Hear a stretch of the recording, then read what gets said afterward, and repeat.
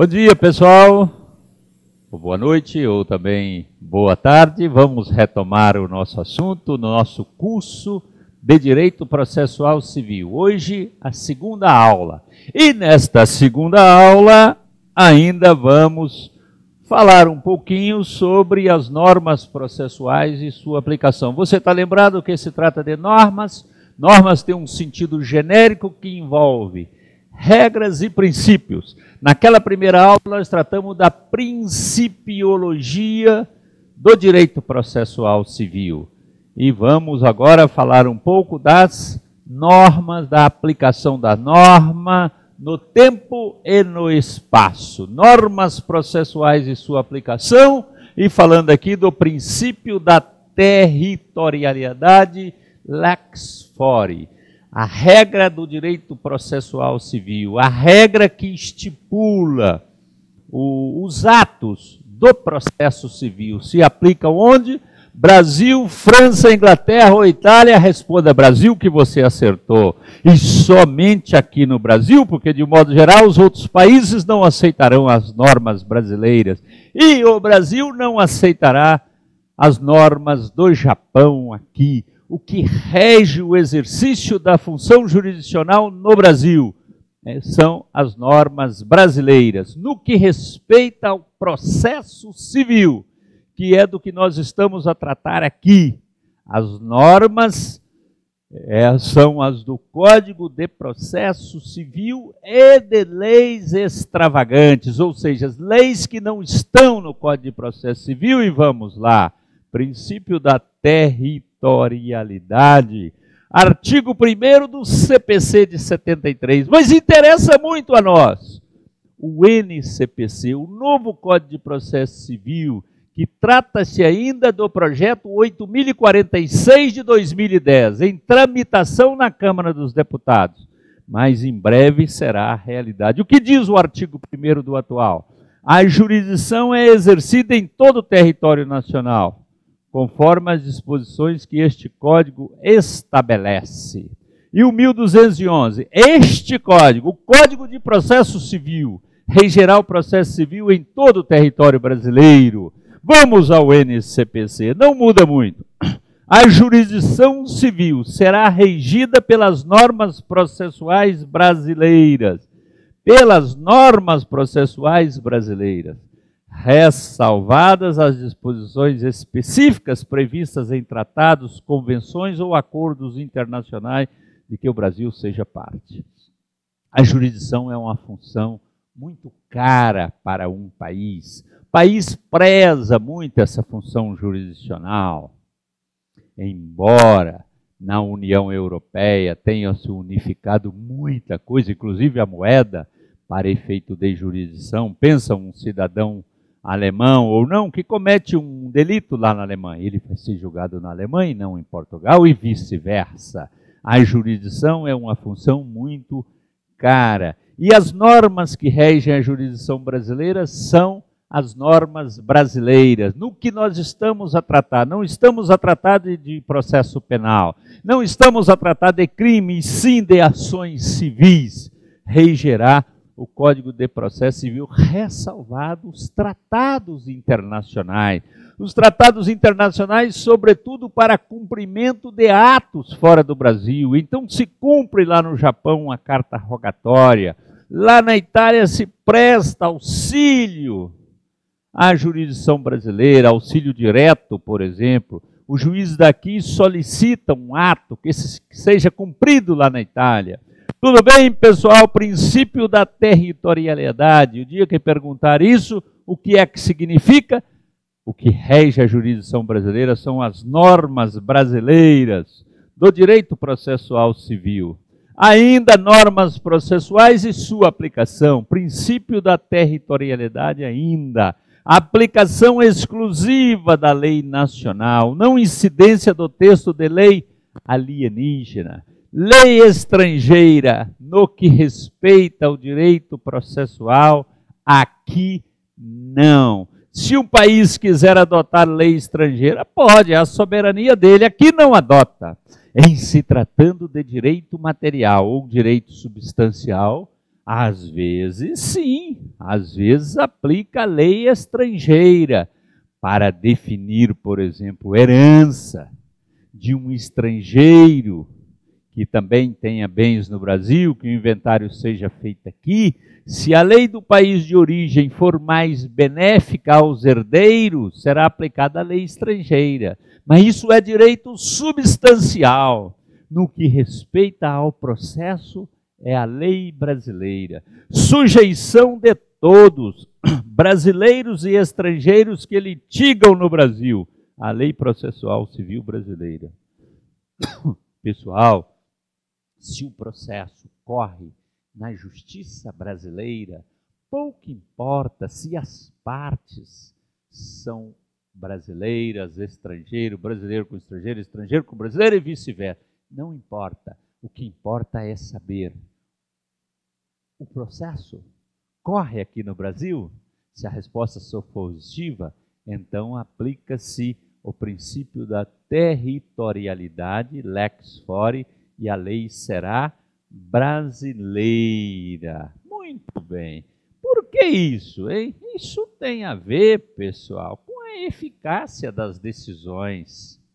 O Brasil praticar um ato processual que não tenha eficácia, porque tenha que ser cumprido no estrangeiro, que foi praticado segundo leis estrangeiras, não faz o menor sentido. O fato de se obedecer o princípio da territorialidade tem, sobretudo, a ver com a garantia de eficácia e validade das decisões brasileiras e estrangeiras devidamente homologadas. Nós só vamos aqui admitir, no Brasil, decisões brasileiras, decisões da justiça brasileira. Admitimos estrangeiras também? Sim, desde que homologadas pelo Superior Tribunal de Justiça, isso vamos ver a seguir. Tudo bem? Vamos para frente, pessoal. Agora é o tempo. A lei e o tempo. Nós falamos da lei e o espaço. Em qual espaço vai aplicar a lei processual civil brasileira? Ou ao revés. No Brasil, adota-se qual lei processual? E agora, princípio do tempus regi actum. Ou seja, é a lei daquele momento que vai se aplicar aos processos brasileiros. Vamos lá, disposição do 1211 do CPC de 73. O código em vigor é de 1973. Interessa muito a nós o código que está por vir. Código de 73 em vigor. Ao entrar em vigor suas disposições, aplicar-se-ão desde logo aos processos pendentes. Vamos ver o NCPC, artigo 14, que não muda muito. A norma processual não retroagirá e será aplicável imediatamente aos processos em curso, respeitados os atos processuais praticados e as situações jurídicas consolidadas sob a vigência da norma revogada. Vou ser rápido nesse assunto.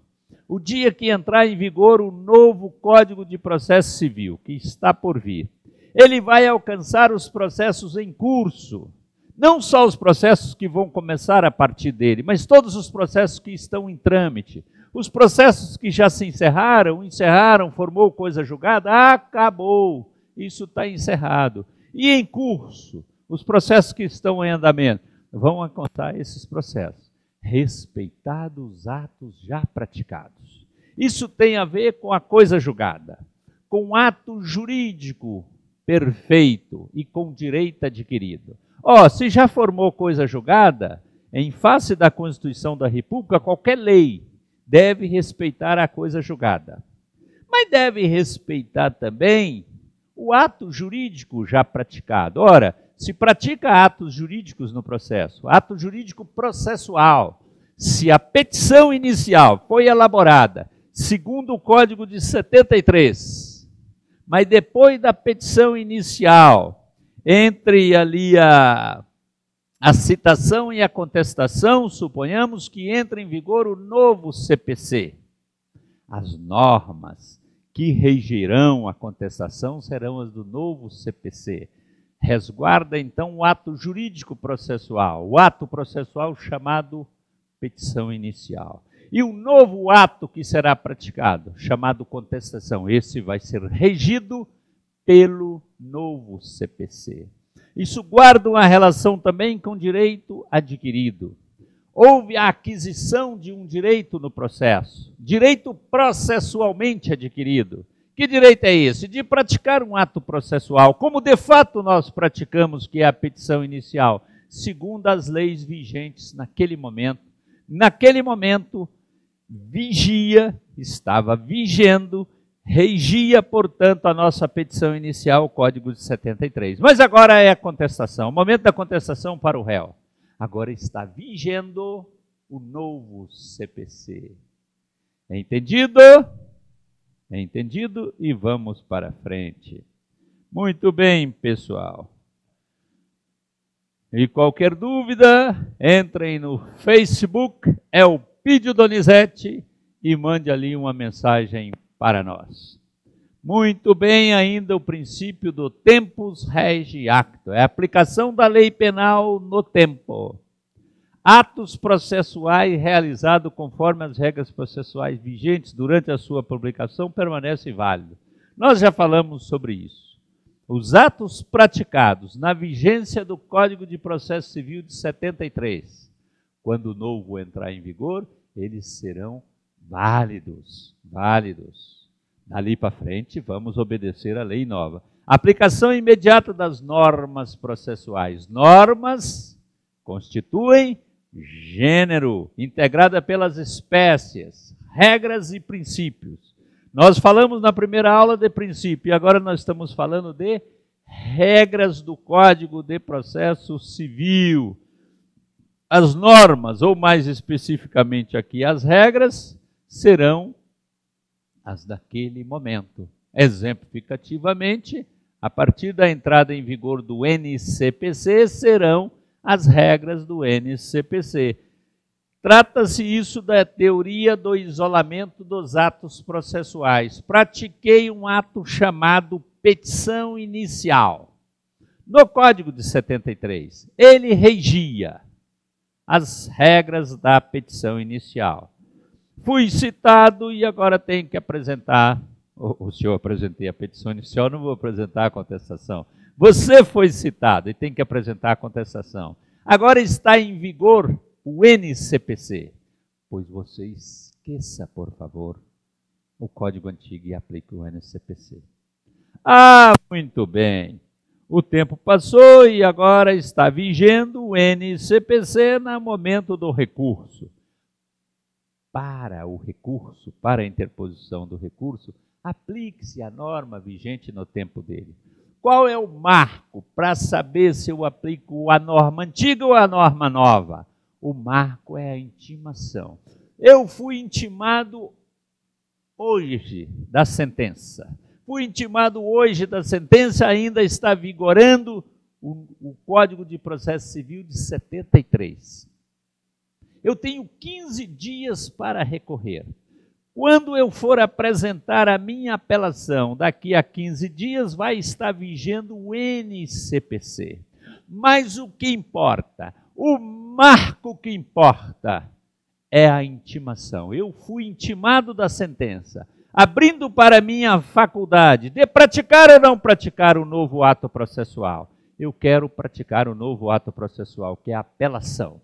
Muito bem, e eu vou obedecer a norma, a regra vigente ao tempo da intimação. Fui intimado hoje, está vigendo o CPC de 73, é ele que vai regir a minha apelação. Embora eu vá apresentar a apelação quando já estiver em vigor o NCPC. Entendido? Qualquer dúvida? Facebook Elpidio Donizete. Vamos lá, pessoal. Agora, ainda falando da aplicação do CPC, da regra, fala aqui da aplicação subsidiária. Você sabia que o Código de Processo Civil pode se aplicar também em matéria penal? Pode. Pode aplicar no processo administrativo ou no processo na justiça eleitoral? Sim, chama-se aplicação subsidiária, residual. Quando não houver norma é gênero, não houver norma no Código de Processo Penal, em se tratando de matéria penal, nós podemos aplicar o Código de Processo Civil subsidiariamente. A aplicação subsidiária do CPC, Direito Processual, Penal e Civil. Direito processual, nós temos penal e civil. Não penal, civil, trabalhista, administrativo, tributário, eleitoral. Quando nós falamos em processo civil, acaba que é genérico, envolve o trabalhista, envolve o eleitoral, tudo que não é penal. Mas separa-se. Embora eu possa falar genericamente que é matéria civil, o trabalhista tem um código próprio, tem uma lei própria, que se chama Consolidação das Leis do Trabalho. Eleitoral tem uma norma própria, que se chama Código Eleitoral. Mas o CPC, é isso que importa, aplica-se subsidiariamente. E como se aplica? Não havendo norma na CLT sobre um determinado ato processual, e a CLT não abarca todos os atos do processo trabalhista, nós vamos aplicar o CPC. Bem, há uma teoria geral do processo, que é comum a tudo, ao penal e ao civil. Muito bem. O Código de Processo Civil, nós já dissemos, é fonte subsidiária de todos os outros processos. O que diz o artigo 15 do NCPC? Na ausência de normas que regulem processos eleitorais, trabalhistas ou administrativos, e também até o penal. Não disse aqui porque estes são civis, processos civis, o eleitoral, trabalhista ou administrativo, civis genericamente considerado. Na ausência de normas que regulem processos eleitorais, trabalhistas ou administrativos, as disposições deste código, do NCPC, lhes serão aplicadas supletiva e subsidiariamente, só para complementar. E somente se não houver, obviamente, regra lá no código respectivo, no eleitoral ou no trabalhista. Muito bem, muito bem. Ainda sobre a aplicação subsidiária da regra ou das regras do CPC. Vamos ao seguinte. Requisitos para aplicação subsidiária. Não haver regulação de outro modo pelo diploma processual específico, uma antinomia. Não há regra, não há regulação naquele assunto que estamos a tratar na CLT. Vai aplicar-se o Código de Processo Civil. Não há regra na legislação que regula o processo disciplinar no âmbito da União. Por exemplo, aplica-se o Código de Processo Civil. Se não há norma lá no processo eleitoral sobre um determinado ato, CPC. A aplicação do CPC não pode ofender princípios específicos. Há determinados princípios específicos em cada segmento. Por exemplo, em matéria do Código do Consumidor, aplica-se o Código de Processo Civil. Mas se houver ali uma norma expressa que vise a proteger o hipossuficiente, o consumidor que é mais frágil, é mais fragilizado, é hipossuficiente, não pode aplicar o Código de Processo Civil.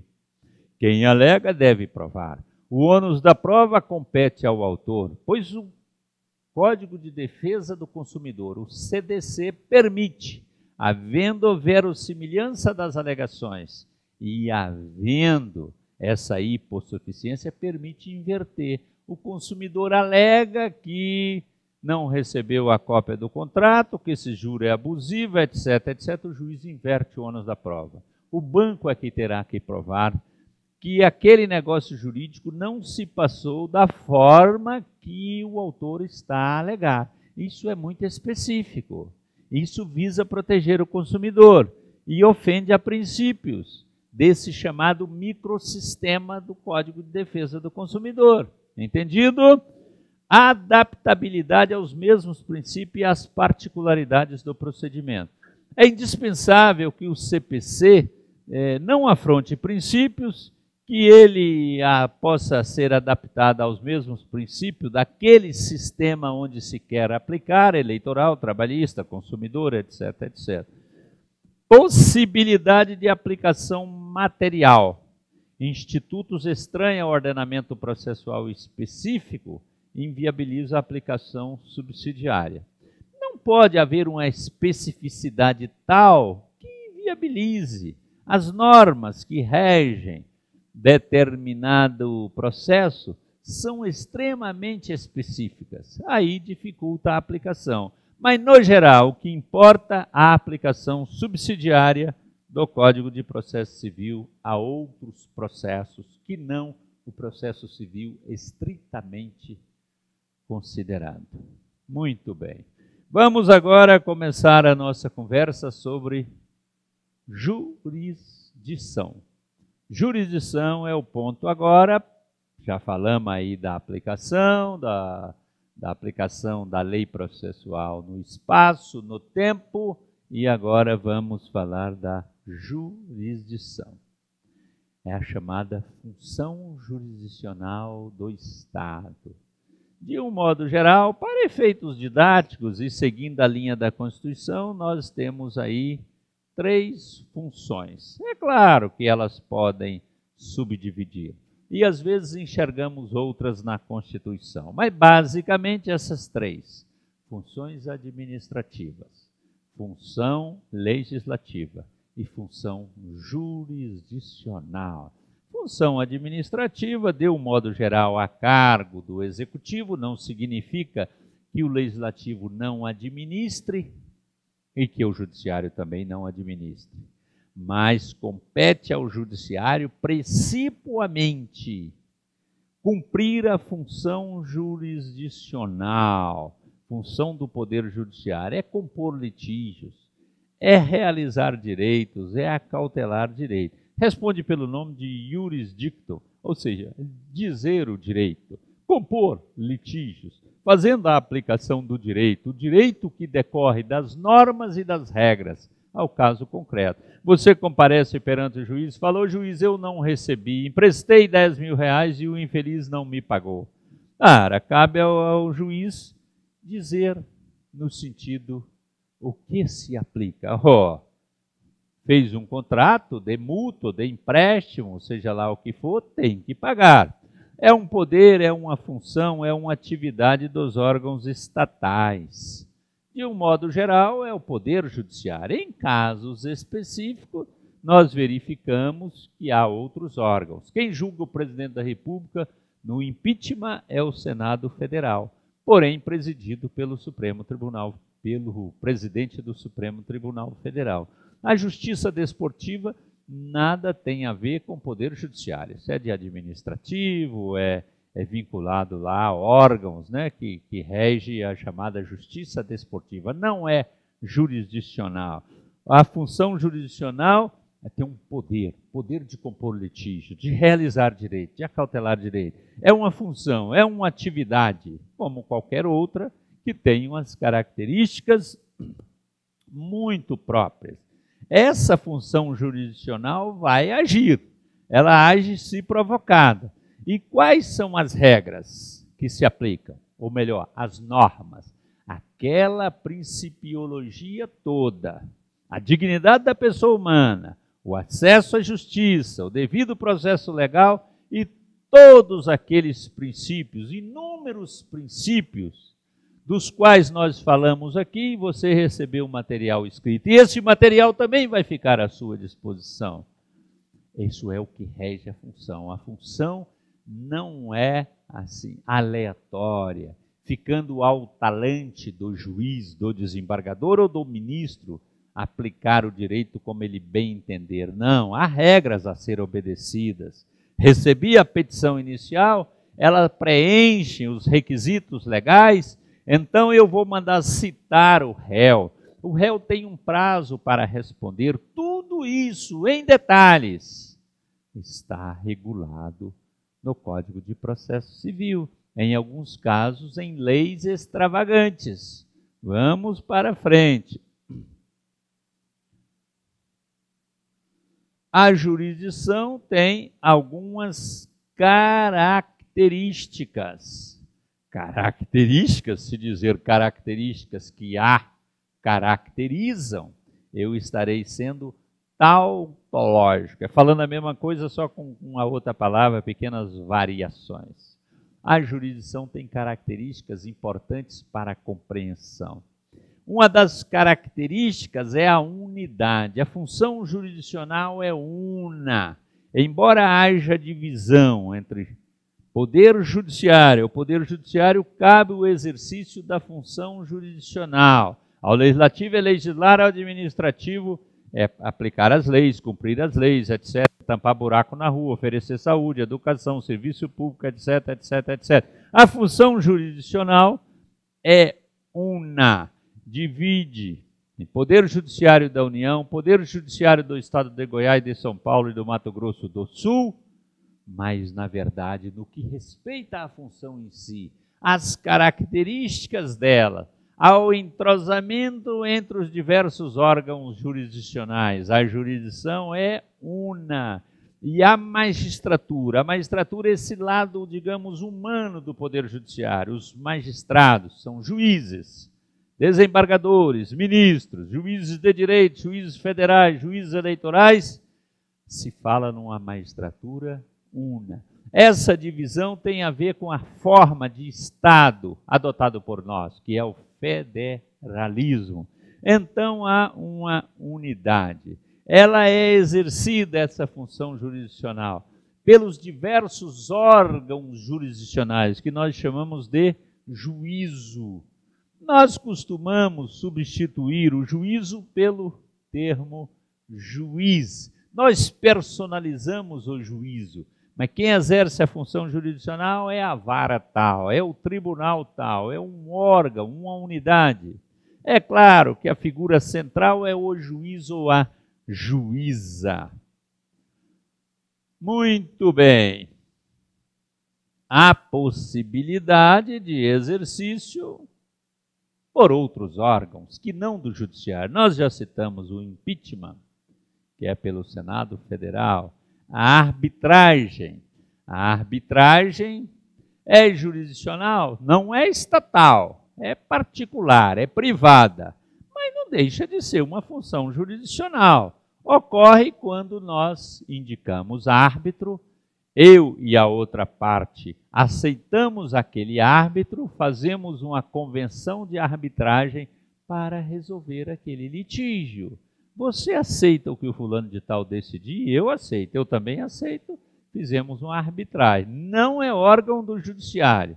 Justiça desportiva também não, nós já falamos sobre isso. Bem, pessoal, nós estamos aí a falar sobre as características da jurisdição. Falamos da unidade e agora vamos falar da secundariedade. A jurisdição é secundária. Secundária é assim, tão sem importância dessa forma, que coisa, eu não sabia. Não, não é bem assim. A função jurisdicional é extremamente importante. É a última trincheira, se diz. É o último lugar que a parte recorre quando não tem jeito. É a opção derradeira, a última rácio. É secundária nesse sentido, não dê importância. É porque, de um modo geral, na nossa vida, para relacionar com as nossas mulheres, você relacionar com o seu namorado, você não precisa ter um juiz do lado ditando para você, dizendo direito o que você tem que fazer, como se beija, etc, etc. Nada disso é secundária nesse sentido. E, de um modo geral, nós cumprimos as nossas obrigações, não precisa de ir à justiça, a pessoa entra no ônibus, pega um táxi, compra um automóvel, paga e fica tudo certo. Os direitos eles nascem, desenvolvem e se extinguem sem a necessidade do juiz ou do órgão jurisdicional, do juízo, do poder judiciário, da função jurisdicional do Estado não precisa disso, e nesse sentido a jurisdição é secundária. Nós sabemos que cada vez mais as pessoas estão indo ao judiciário. Há uma litigiosidade desenfreada. Vão ao judiciário para tudo. Eu fiquei 25 anos na magistratura, hoje sou advogado. E já vi e ainda vejo demanda de todos os matizes. A pessoa que recorre ao Poder Judiciário porque o time dele perdeu e ele acha que o juiz roubou. Pessoal, vamos dar continuidade a esse assunto, a secundariedade, daqui a pouquinho, no segundo bloco. Até mais.